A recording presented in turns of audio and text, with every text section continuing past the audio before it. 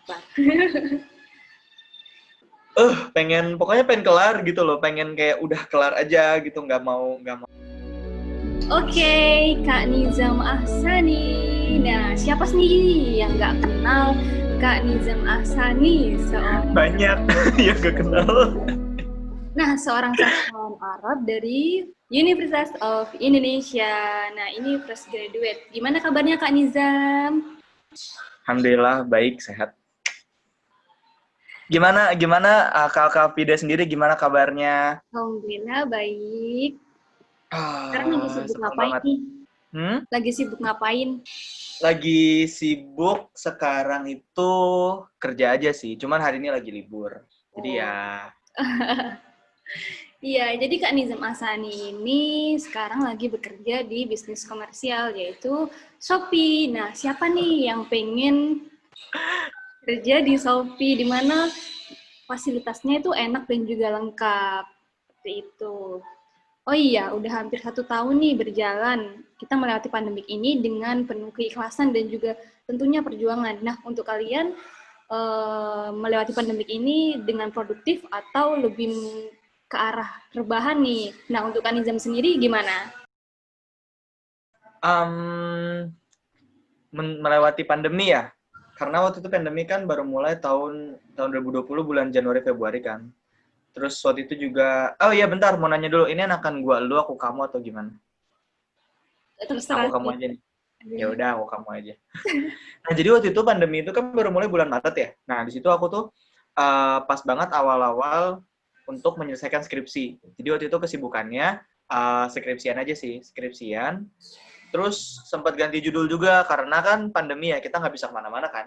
Nah, otomatis aku harus konfirmasi ke dosen untuk ganti judul yang penelitiannya itu bisa diselesaikan dengan menggunakan studi pustaka. Nah, itu bikin skripsi, sambil, waktu itu masih sambilan ngajar. Terus habis itu selesai skripsi dan sidang sampai bulan Agustus. Nah, habis bulan Agustus itu nganggur kan, karena ngajar juga di-cut gara-gara harus, kan waktu itu ngajar privat, jadi emang si ibunya itu mintanya ngajar offline, gak mau online gitu. Jadi waktu itu kayak sempet gak ngapa-ngapain tuh di selang-selang di sela-sela antara abis sidang sampai wisuda, kan lama tuh ya, sekitar sebulan 2 bulanan gitu. Akhirnya ya udah apply kerja aja, apply magang gitu deh. Oke. Gimana sih perasaannya ketika, apa sih ekspektasinya ketika pertama kali mendengar COVID ini masuk ke Indonesia? Soalnya kan dari awal kan kayak Indonesia tuh kayak bilang bahwa wah kita anti COVID, kita anti COVID kayak gitu-gitu. Masuk angin. Iya. um, Komentar tentang COVID ya, oh ini udah bosen banget sih kayak dengar-dengar COVID gitu kan, dari awal-awal, oh COVID, gimana komentar kamu tentang COVID, kita nggak bisa keluar, kita nggak bisa kemana-mana, and then we need to stay at home all day, all night gitu kan, even doing work, something, ya pokoknya belajar atau apa gitu, kita harus dari rumah juga. Jadi, komentarnya apa ya? No comment lah, udah banyak banget komentar tentang COVID, yang pastinya apa ya, banyak positif negatifnya, dan kita, menurut aku COVID ini bisa mengajari kita untuk lebih mensyukuri apa yang kita punya gitu. Oke. Nah, COVID ini kan pertama kali kan dari Cina. Nih, pas pertama kali keluar, itu bagaimana?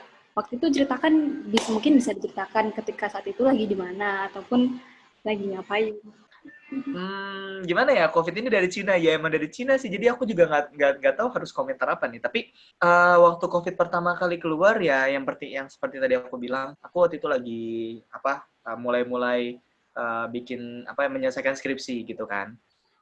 Terus juga yang lebih awal lagi waktu itu, oh iya, pertama kali pas banget aku dengar COVID itu pas aku lagi di Turki gitu. Waktu itu ketemu Pida juga di situ kan. Jadi waktu itu tanggal 21, 20, enggak, 25, 26 Januarian, ada tuh berita COVID tuh kan, Cina menutup akses di Wuhan gitu gara-gara COVID. Terus waktu itu juga sempat ada beredar kabar kalau sebenarnya di Turki itu udah ada yang kena COVID 7 orang gitu. Dan waktu itu sempat deg-degan juga nih, jangan-jangan kita nggak bisa pulang ke Indonesia gitu gara-gara COVID gitu kan. Padahal duit di dompet udah menipis gitu, di Turki tidak ada akomodasi lagi. Jadi sempet waktu itu sempet panik sih. Maksudnya tapi paniknya lebih kayak khawatir apakah kita bisa pulang ke Indonesia gitu. Karena gimana ya, waktu itu kan lagi musim dingin juga, dan waktu itu aku juga dengar kalau COVID itu lebih cepat menyebar di udara yang dingin. Cuman waktu itu belum aware banget sih, kayak belum pakai masker, belum apa. Jadi lebih rasa aware-nya itu kalah dengan rasa pengen jalan-jalan di Turki. Sekali. Nah, pas awal-awal banget nih kan, ini kan bahas awal-awal nih ya.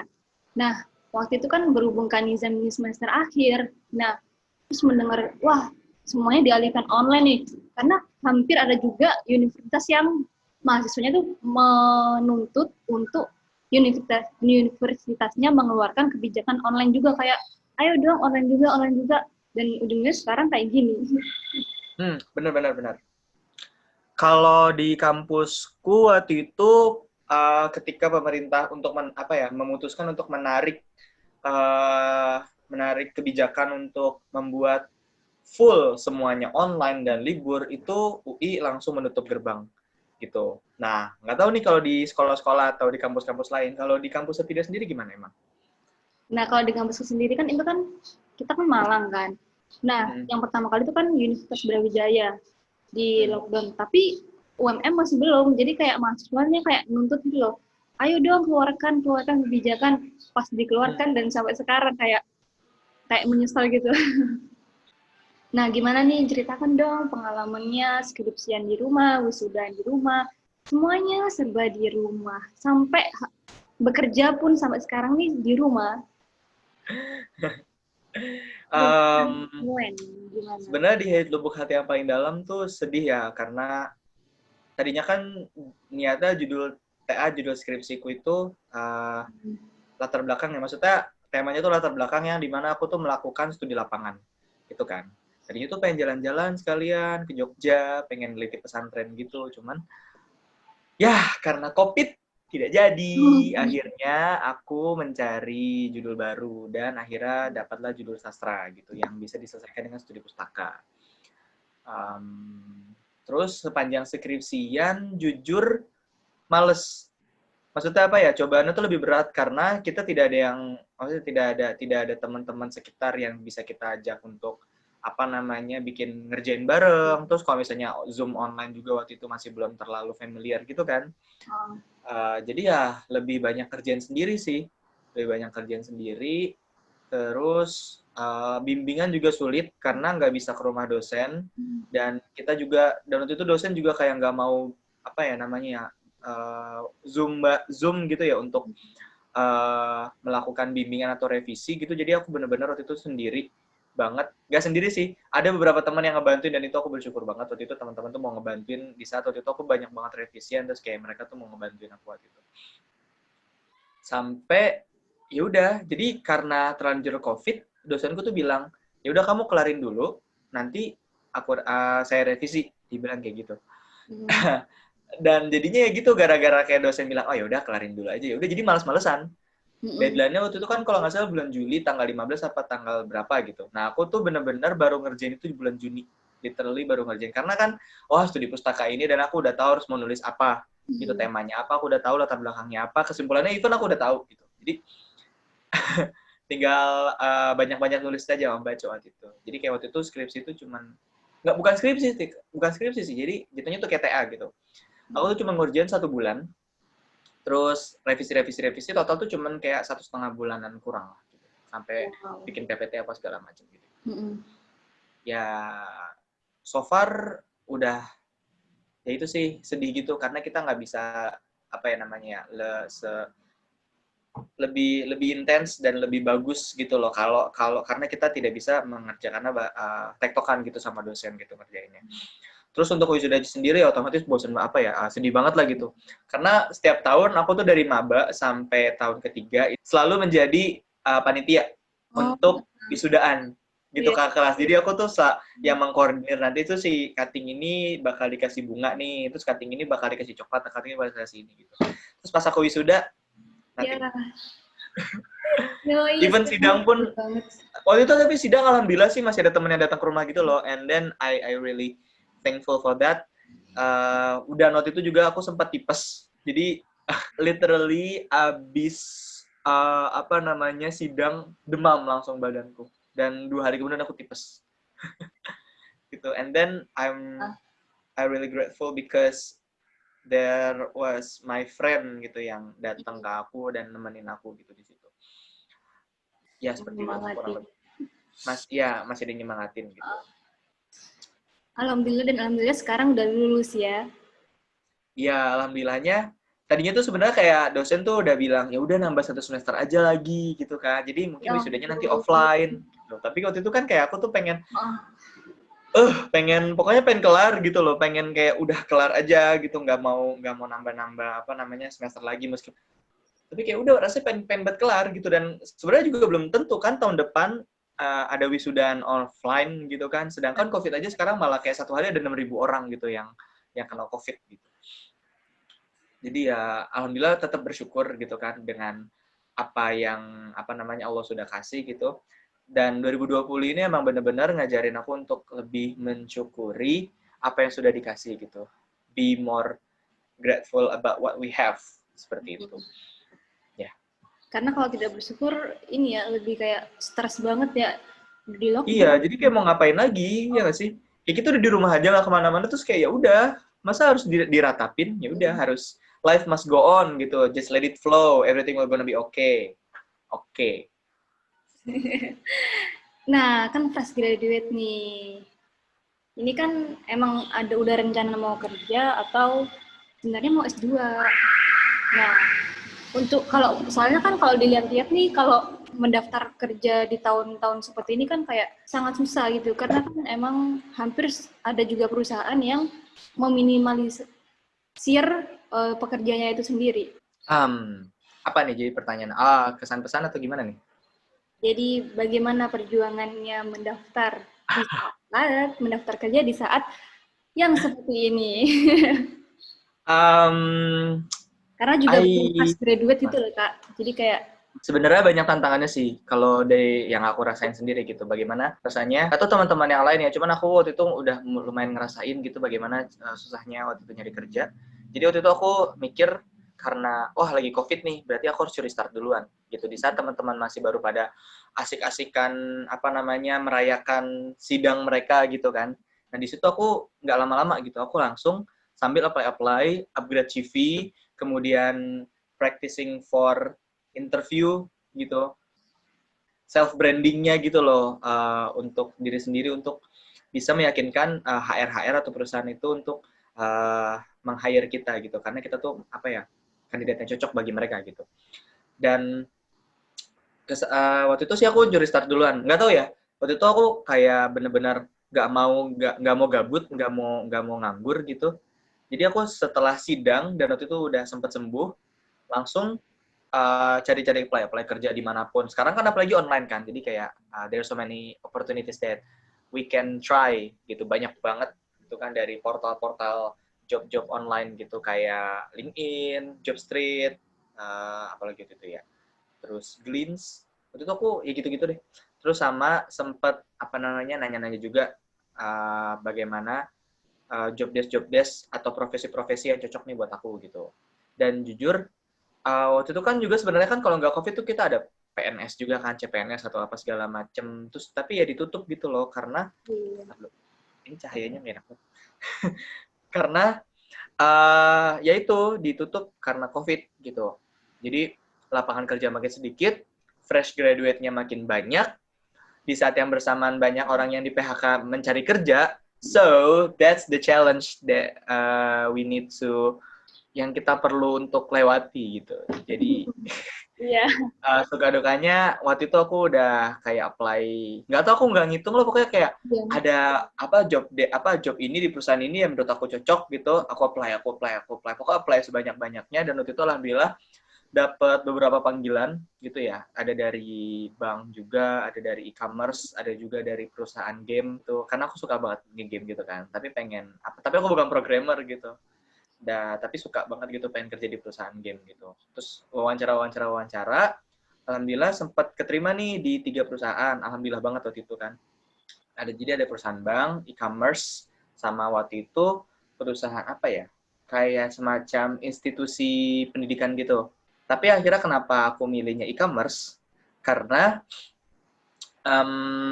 karena pertama Lihat di hmm, TikTok. Iya nggak? karena Penasaran pertama waktu juga. itu apa ya? Pertama tuh waktu itu kayak, wih kayaknya seru gitu ya kalau di e-commerce gitu kan. Terus yang kedua, teman-teman, jadi waktu itu aku udah ada yang kayak dekat sama aku di LinkedIn gitu. Maksudnya kayak udah kenal duluan kolega-kolega, calon-calon kolega di batch aku gitu. Kenapa jadi aku milih e-commerce di antara kedua itu? Karena selanjutnya adalah yang di bank itu posisinya itu enggak apa ya namanya? Posisinya itu Sesuai bagus. gitu. Iya, cuman pas aku apa namanya ini apa ya kayak tektokan gitu sama orang tua aku katanya jangan deh jangan di situ gini gini gini gini gini. Padahal sebenarnya karirnya bagus gitu loh, kayak jenjangnya bagus gitu. Terus sebab keduanya juga karena kontrak gitu.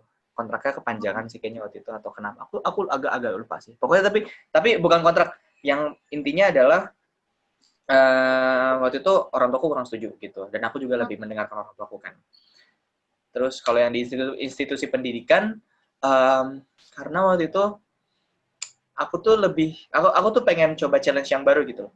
Karena Muncul. um, karena aku tuh dari zaman kuliah tuh udah sambilan ngajar segala macem, dan Oh, dari situ tuh aku pengen coba hal baru yang challenging, yang menurut aku kayak wah ini kayaknya keren gitu. Dan aku juga lihat-lihat kan di Google di apa, terus di TikTok gitu, di Instagram kayak wah kalau bekerja di perusahaan e-commerce ini tuh kayaknya tuh seru gitu. Banyak banget reviewnya gitu kan sampai dibikin konten di YouTube apa segala macam. Jadi ya udah bismillah aku ambil dan ya sekarang lah seperti ini gitu kan. Botak gitu. botak. Nah, itu sampai sekarang pun bekerja pun di rumah itu gimana perasaannya? Hmm. Bekerja Perasaannya oh seneng kerja di rumah, asik. nggak langsung Asik. Ya kan, aduh karena aku nggak perlu harus mandi, nggak perlu harus siap-siap ke kantor. Terus bisa sambil bebenah gitu kan, bebenah kamar. Karena aku tuh pokoknya yang paling gak betah di kamar itu berantakan gitu. Jadi aku suka banget bebenah, pengen bikin kamar tuh minimalis gitu. Jadi ya itu, enaknya kerja di kantor tuh gitu lebih lebih santai, workflow-nya juga lebih enak. Cuman nggak enaknya juga, nggak enaknya adalah kadang ada kendala jaringan gitu. Karena kerjaan aku itu menuntut untuk jaringan yang stabil gitu. Kalau di kantor kan cepet banget kan internetnya. Iya. Terus juga kadang tuh sepi kalau bisa kerja di rumah karena aku sendirian gitu kan. Maksudnya kayak di kamar aja ya udah nggak ngapa-ngapain gitu. Mau ke kafe juga kayak sendiri ya udah nggak enak gitu. Dan jadi ya apa kalau di kantor itu kan lebih suasana kekeluargaannya tuh Ya. ada gitu kan. Jadi ada plus minusnya lah kerja di kantor sama kerja di rumah gitu. Tapi overall sebenarnya lebih enak kerja di kantor.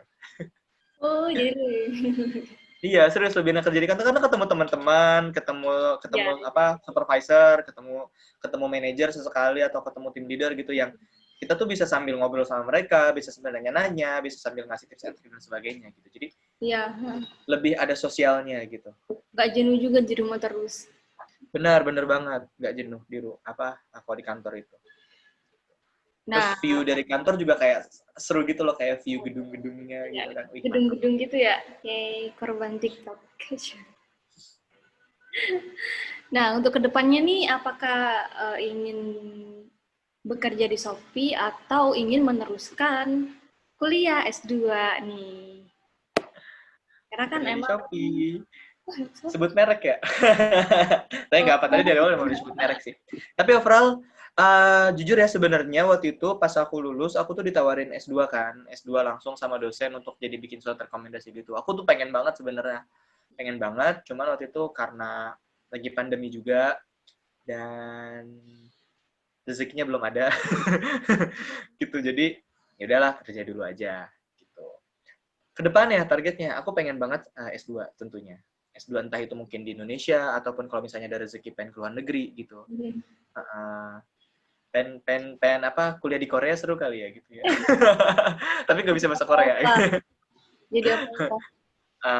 Mau just atau kuliah di sini nih, kuliah di Abu Dhabi gitu, kayak seru gitu ya, kan. Ini aku lagi di Abu Dhabi guys, ceritanya guys. Gitu. follow your heart. Kok Abu Dhabi sih? Dubai, Abu Dhabi. Oh, Abu Dhabi, Dubai sama aja nggak sih? Lupa sama deh, sih. orang sastra tapi lupa. Oh, Ya, tapi PNS 2 sebenarnya. PNS 2 kalau ada kesempatan. Tapi aku sambil kerja, aku sambil nabung untuk, apa namanya, biaya kuliah. Terus sambil cari-cari kesempatan juga untuk cari-cari beasiswa. beasiswa.